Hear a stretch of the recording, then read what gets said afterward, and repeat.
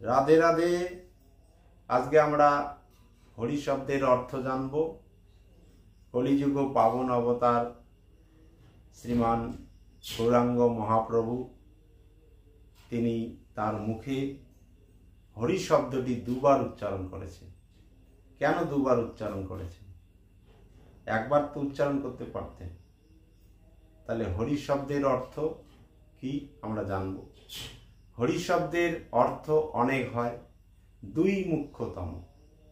এক, হরি শব্দের অর্থ হচ্ছে হরণ করা। সর্ব অমঙ্গল হরে প্রেম দিয়া হরে মন, অর্থাৎ যিনি সবার অমঙ্গল হরণ করে, প্রেম দিয়ে ভক্তের মন হরণ করে।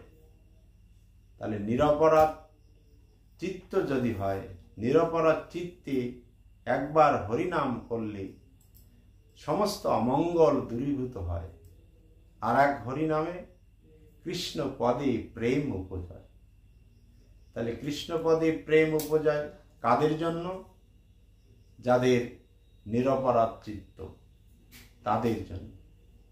তাই মহাপ্রভু বলছে যে হরিনামে সবার অমঙ্গল হরণ করে নিচ্ছেন, আর এক হরিনামে কি করছেন? গোবিন্দ চরণে ভক্তকে প্রেম দান করছেন, অর্থাৎ ভক্তের রতিমতি দান করছেন। তাহলে হরিনামে হরি নামে, এক হরিনামে কি হলো? যে এক হরিনামে যে হরিনাম করো, নিরপরাধ চিত্তে হরিনাম করো। আর এক হরিনামে সেই ভক্তের ডাকে গোলক বৃন্দাবন থেকে ভগবান তিনি নিচে নেমে আসবেন, যদি নিরপরাধ চিত্তে হরিনাম করা যায়। তাই শ্রীমান মহাপ্রভু গোলকের প্রেমধন নিয়ে এসেছেন তো কাদের জন্য? আমাদের জন্য। আমরা নিতে পারিনি, কারণ আমি আমার কর্মদোষে তা গ্রহণ করতে পারছি না। গোলকের প্রেমধন হরিনাম সংকীর্তন, রতিনা জন্মিল কেনে তাই।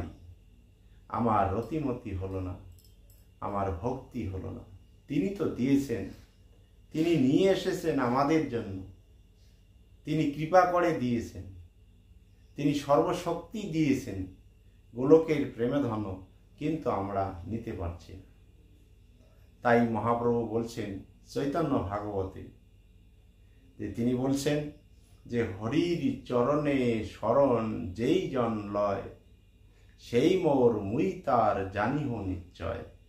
আবার তিনি কি বলছেন? যে চরণে শরণ যদি লয় কোনো পাখি, হরি আপনাকে দিয়ে বশ হইয়ে থাকে। অর্থাৎ হরি নিজেকে ভক্তের কাছে তিনি বশ হয়ে থাকেন। তাই আপনারা সকলে হরিনাম করবেন, দিবানিশি হরিনাম করবেন, হাতে কাম মুখে নাম। রাধে রাধে, জয় নিতাই, জয় গৌর, জয় রাধেশ্যাম।